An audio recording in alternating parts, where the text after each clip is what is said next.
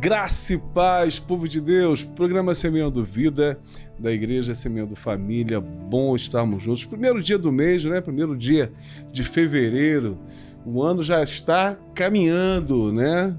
Daqui a pouquinho estamos na metade desse ano de 2023, entendendo quantas revelações, né, o Senhor tem trazido nesse tempo para a nossa vida, família, igreja.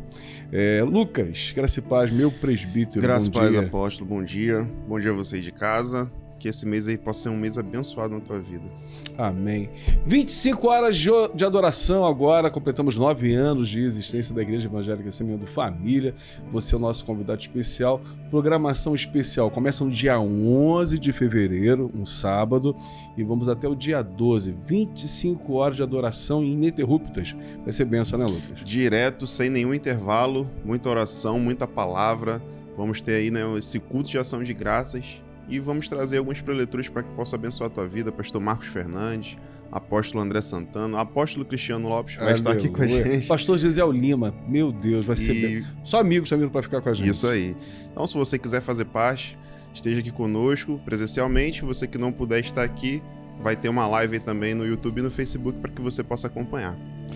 Lucas, entrando na palavra, né, para esse início de mês e a gente entender algumas questões de vida, né? Deus, ele sempre se compromete com algumas coisas a nosso respeito. A palavra do Senhor diz que ele é fiel, então há um comprometimento na fidelidade dele conosco. E aquilo que é o compromisso de Deus com a gente são vários, né? Restauração, salvação, edificação. Deus, ele começa a trazer essa obra redentora sobre a nossa vida. E eu vejo também, nesse contexto de um aprimoramento, de um aperfeiçoamento do Lucas, do Cristiano, do ser humano, Deus se comprometendo com a nossa perfeição. Algumas pessoas já usaram essa frase, né? Eu não sou perfeito, perfeito é só Deus.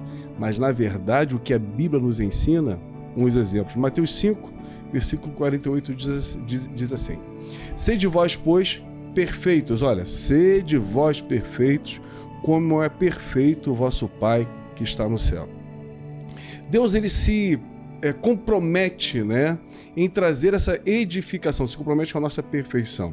E para que isso aconteça, o salmista, ele está dizendo assim: o Senhor é o meu pastor e nada me faltará.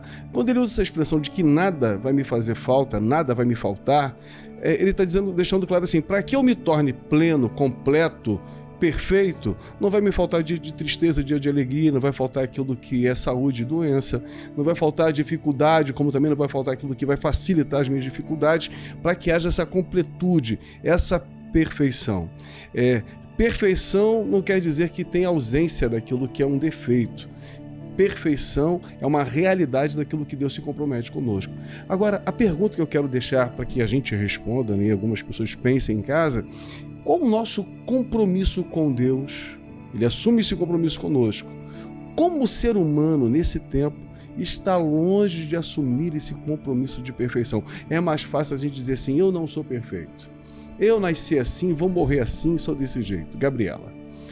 É por aí, né? Infelizmente, né, apóstolo? A Bíblia, ela vai falar em várias citações no Novo Testamento que nós somos a imagem e semelhança. E no Gênesis ele fala sobre isso, que Deus o criou conforme a imagem e semelhança dele também.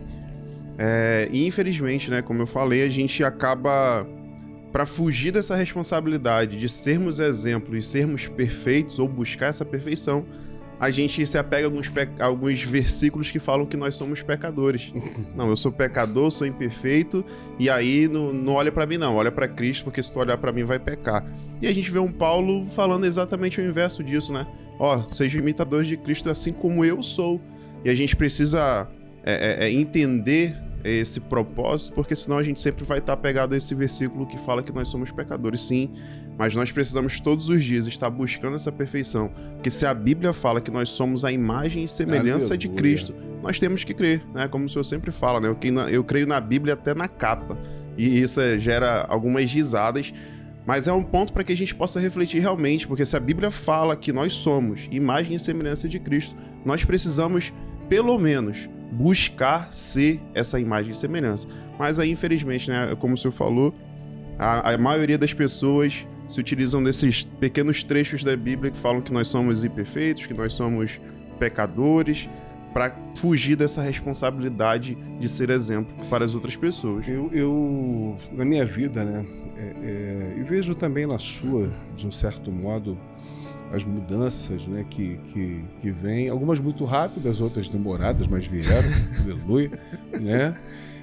Esse compromisso de responder a Deus naquilo que Ele se compromete conosco, né? É muito ruim você ter um comprometimento no casamento, você e Joane são casados, aí você assume todo o compromisso da relação, fidelidade, você honra, né? Tudo que faz parte do seu compromisso, no casamento você assume e a Joane não assume nada. Como é que você se sente? Não vai dar certo, né? Imagina Deus, então, olhando, com todo o compromisso que Ele assume conosco, a fidelidade que Ele tem, e a gente se apega só àquilo que é a nossa necessidade.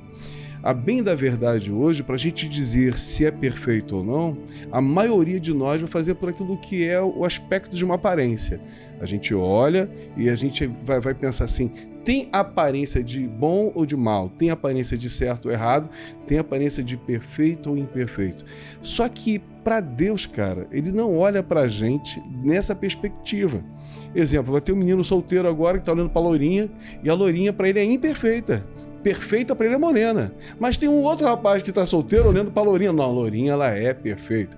A nossa visão aparente nada tem a ver como Cristo vê. É por isso que Paulo diz assim, as pessoas naturais não conseguem discernir as coisas espirituais, porque o que é espiritual só discerne por aquele que é espiritual. E aquele que não é, que é natural, acha que isso tudo é loucura. Tem um monte de crente na igreja, 10, 15, 20 anos, usando desses aspectos, né, do que é visível e aparente, sem profundidade naquilo que é realmente o ser espiritual para discernir as coisas espirituais que Deus está fazendo cada vez mais nesse tempo onde a gente vê que Satanás está com uma fúria tremenda. Eu acredito muito, apóstolo, que a gente acabou confundindo a nossa identidade em Cristo com os cargos que a gente tem, os títulos que a gente carrega. Forte isso. Né? E se a gente for ler lá a passagem que fala que Jesus foi levado ao deserto, passou 40 dias, 40 noites lá, e o diabo, quando veio tentar ele falou assim, ó, se tu és filho de Deus, a identidade dele. Ele não falou se tu é pastor, ele não falou se tu é profeta, Perfeito. Ele não falou se você é evangelista, Perfeito. Ele não utilizou os títulos ou os cargos que a gente poderia ter. Ele foi da identidade, ó, se você é filho de Deus, transforma essa pedra em pão e come. E aí, por a gente estar confundindo isso, né, apóstolo, a identidade, a gente tem se afastado, né, desse propósito, desse comprometimento, Forte. dessa relação com Cristo. Porque a gente está apegado aos títulos, está apegado ao cargo que a gente leva dentro de uma instituição, numa sociedade. E se a gente estiver apegado ao cargo, Satanás não está nem aí pro cargo, né? Satanás não está nem aí se tu é pastor, se tu é... E Deus também não está nem aí para isso. Ele quer saber se realmente você é filho de Deus e está comprometido com essa identidade que Ele nos deu, né? Olha o que diz em Colossenses 2, né? Digo isto para que ninguém vos engane, versículo 4. Com palavras persuasivas, porque ainda que esteja ausente enquanto corpo, contudo em espírito estou convosco, regozijando-me vendo a vossa ordem e firmeza da vossa fé em Cristo. Como recebeste o Senhor Jesus Cristo, assim também andai nele. Se recebeu Cristo, anda em Cristo. Arraigados, edificados nele, confirmados na fé, assim como fostes ensinados, crescendo em ação de graças. Tende cuidado para que ninguém vos faça presa sua, por meio de filosofias e vãs sutilezas, segundo a tradição dos homens, os rudimentos do mundo, e não segundo Cristo, porque nele habita corporalmente toda a plenitude da divindade. Versículo 10. E estais perfeitos nele, que é a cabeça de todo principado e potestade. Paulo está dizendo assim, olha, a gente precisa ter essa firmeza do que é a nossa fé, estar arraigados, edificados nele, confirmados na fé, para que ninguém nos faça presa por filosofias e sutilezas que são vãs. Hoje, o macaco ele faz ciência, você sabia? Você bota lá um botão vermelho, botão azul ele aperta, vem uma banana e o botão vermelho leva um choque. Daqui a 3, 4 horas você vai lá, o macaco está fazendo o quê? Só no botão azul. Só na recompensa Ele não, boa. só na recompensa. Ele não está pensando naquilo que é a dor e o desprazer. Muitas pessoas no evangelho, em algumas igrejas, estão sendo teleguiadas a só ter prazer. Se tem uma palavra de confronto, se são, entendeu? Exortados, eu não vou ficar mais aqui não, vou embora. Descobriram o meu pecado, eu não quero mais ficar aqui. Isso é muito complicado hoje, porque Deus ele assume o compromisso com a gente e a gente tem fugido do nosso compromisso com Deus. O macaco, nesse exemplo, ele não entende o propósito daquilo, né? Ele só quer por saber aí. de comer. Por Ele instinto. quer saber daquilo e ele não entendeu qual o propósito do porquê que tá fazendo aquilo e aonde aquilo vai levar.